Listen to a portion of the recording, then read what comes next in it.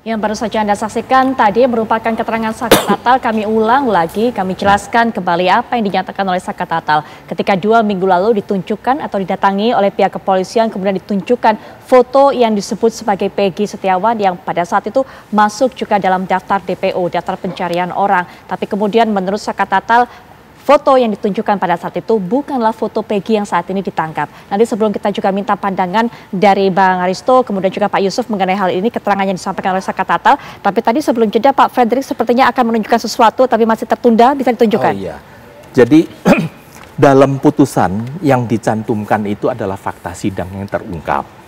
Di sini itu kan para tersangka, termasuk Saka itu kan sudah mengakuin.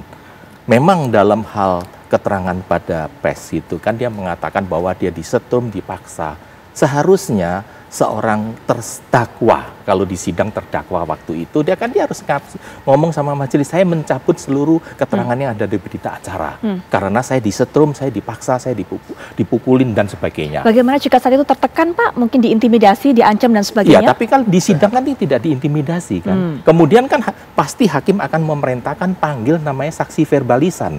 Penyidiknya akan dipanggil, kemudian dikonfrontir kan. Benar atau enggak tidak ada siksaan. Kemudian hakim mengambil suatu penilaian pendapat bahwa keterangan yang berita acara benar atau tidak benar. Dalam kasus putusannya ini dia mengakuin seluruhnya. Kedua, dalam hal saya lihat keterangan Saka yang barusan dituntunkan bahwa itu fotonya tidak sama dengan Peggy yang ditangkap. Itu teknik penyidikan selama ini setahu saya. Pokoknya saya tidak melampaui. Saya kadang-kadang penyidikan gini, apakah ini HP ini yang saudara curi? Gitu kan. Padahal ini HP dia. Kita mau tes ini orangnya jujur atau nggak jujur. Tapi kan dalam hal ini si Saka kan tidak memungkirin. Kan sampai sekarang yang saya dengar, yang saya tahu kan bahwa Peggy itu kan terlibat. Dia kan tidak memungkirin. Tapi orangnya beda sama foto, hanya itu aja. Pak Yusuf, apakah memang teknik penyidikan juga dari pihak kepolisian dalam seperti ini? Ya, teknik itu kan tidak mutlak ya, relatif. Dugaan kami bisa jadi foto yang ditunjukkan kepada Saka Tatal ini bukan foto Peggy yang dimaksud, Peggy orang lain kan, namanya meminta konfirmasi. Kamu kenal dengan foto ini kan? Sekali lagi setuju saya dengan yang disampaikan Bapak tadi, itu ya teknik. Dan masing-masing barangkali penyidik juga berbeda cara bertanyanya antara penyidik yang satu dengan penyidik yang lain, ketika apalagi itu terkait dengan bagaimana teknik untuk mendapatkan buron. Nah, tentu ini kita kita pahaminya ada dugaan barangkali memang bukan foto. Tapi apa yang disampaikan oleh Saka Tatal ini juga kami sebagai Kompolnas tentu kan terus memantau, mengawasi apapun informasi yang berkembang dari para pihak, termasuk dari masyarakat, kami kumpulkan.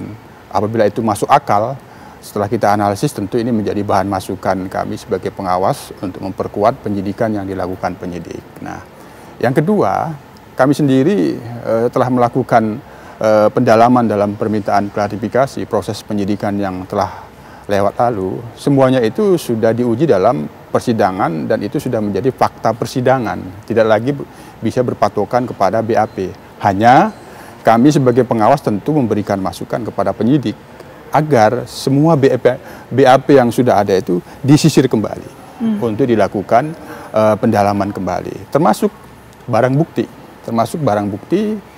Barang bukti apa yang diperoleh dari putusan Saka Tatal itu kan barang buktinya kan setelah divonis Saka Tatal kan barang buktinya diserahkan kepada penyidik untuk perkara yang 7 terpidana itu. Ya, jadi dari barang bukti itu kan ada handphone misalnya, untuk memastikan ada hubungan elektronik antara saksi Saka Tatal dengan tersangka Peggy yang pada saat ini ditetapkan tersangka, ada atau tidak, itu bisa dilakukan analisis kan, digital forensik. Tapi itu sepenuhnya menjadi bagian penyidik untuk melakukan penguatan scientific crime investigation, termasuk barang bukti yang sudah disita dari 7 terpidana itu kan bisa, ada juga handphone itu kan bisa dianalisis nantinya. Mudah-mudahan ya masih bagus, karena memang proses pengembalian barang bukti itu kan tidak cepat. Setelah dipolis langsung dikembalikan, ada prosesnya dari jaksa penuntut umum. Mudah-mudahan semua barang bukti yang ada itu masih bagus, termasuk motor yang diduga bernama Peggy Setiawan itu akan ditemukan kembali. Kita mendorong agar itu segera didapatkan untuk memastikan. Bagi kami Kompolnas, apakah itu pihak korban yang keadilannya harus tetap dipenuhi, yang kita anggap ada 3 DPO yang belum tuntas harus diselesaikan.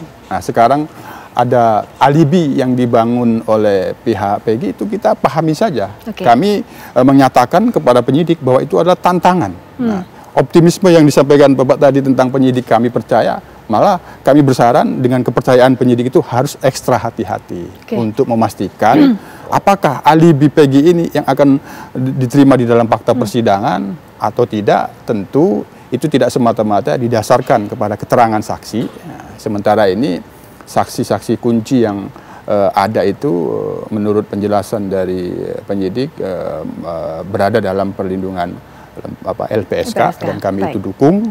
Tapi kan tidak hanya itu, sekali lagi scientific crime investigation itu termasuk dari saksi alibi, saksi yang ditonjolkan, yang diajukan oleh pihak kuasa hukum Peggy ini namanya kan saksi alibi, saksi untuk membuktikan bahwa alibi Peggy itu yang benar di Bandung. Itu juga kami minta diperiksa, kita apresiasi sudah diperiksa.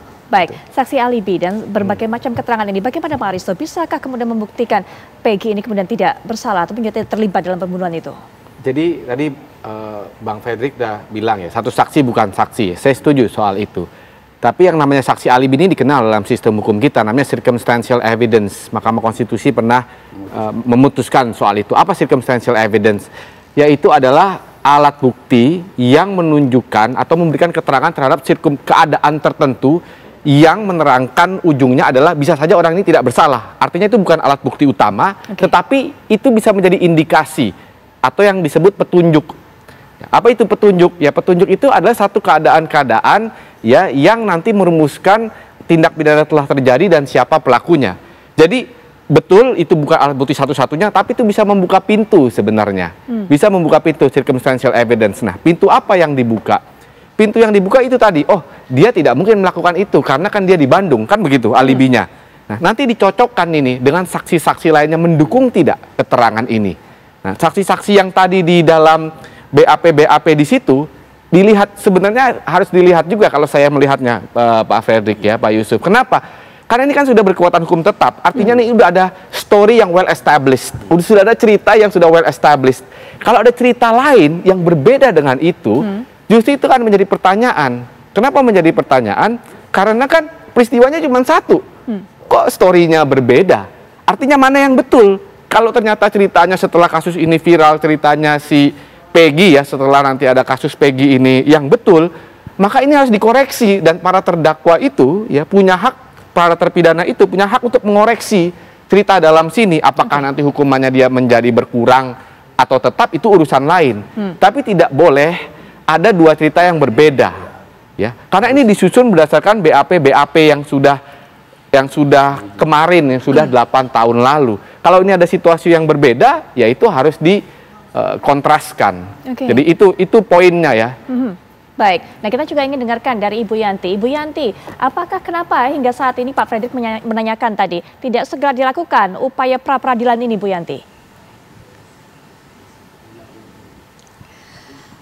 Bukan tidak segera dilakukan. Kami pun sedang menguji karena pra-peradilan itu adalah masalah formil. Kita mau melihat apakah penetapan tersangkanya itu betul atau tidak. Seperti tadi Pak Fredrik bilang, apakah SOP dari kepolisian sudah dijalankan. Pak Fredrik bilang kan tadi bahwa kalau memang sudah dilakukan penggeledahan, artinya bahwa itu sudah diduga.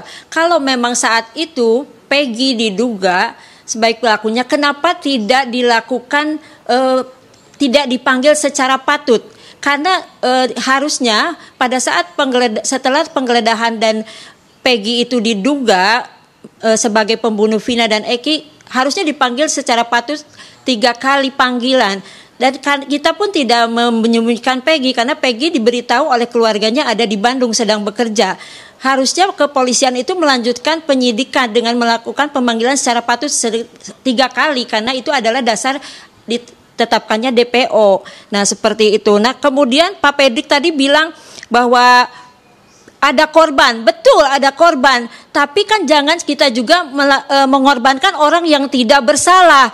orang yang tidak bersalah, tidak melakukan perbuatan itu, dia harus dihukum atas apa yang tidak dia lakukan. Makanya kita itu sedang menggodok pra-peradilan ini, SOP yang dijalankan oleh kepolisian itu sudah benar atau tidak. Nah, seperti itu. Jadi bukan kita menunda-nunda karena ini kasus viral, jadi kita pun harus berhati-hati seperti itu. Baik, melihat kembali apakah polisi melakukan SOP-nya dengan benar dan tepat itu menjadi pertimbangan hingga saat ini. Jadi begini ya, setahu saya tidak ada peraturan atau dalam SOP orang itu harus panggil 3 kali baru bisa di-PO. Kan polisi bisa memanggil orang 2 kali, 3 kali dengan dipaksa, dengan dibawa paksa. Kemudian polisi bisa tanpa dengan bukti yang 2 alat bukti yang cukup, dia langsung penangkapan. Kalau penangkapan nggak ketemu, dicari nggak ketemu, langsung DPO. Jadi tidak ada berarti setiap orang itu wajib dipanggil 3 kali baru bisa DPO, itu nggak benar. Kan? Kedua juga masalah, soal apakah polisi waktu itu melakukan pencarian terhadap Peggy waktu tahun 2016. Terus terang kan saya nggak tahu. Penyidik yang bisa ngerti. Cuma saya hanya memberikan satu gambaran umum bahwa waktu itu polisi telah mencurigai, dan jangan lupa loh, dalam putusan di sini ini tertera sangat jelas Peggy bagaimana Peggy tidak melakukan pemerkosaan tapi dia memegang buah dadanya. Itu kan saya baca di sini loh, bukan saya ngarang, kan begitu kan? Berarti waktu itu Peggy kan mereka sudah tahu ada namanya Peggy. Nah, soal Peggy-nya ini apakah dia adalah Peggy yang tertangkap atau bukan?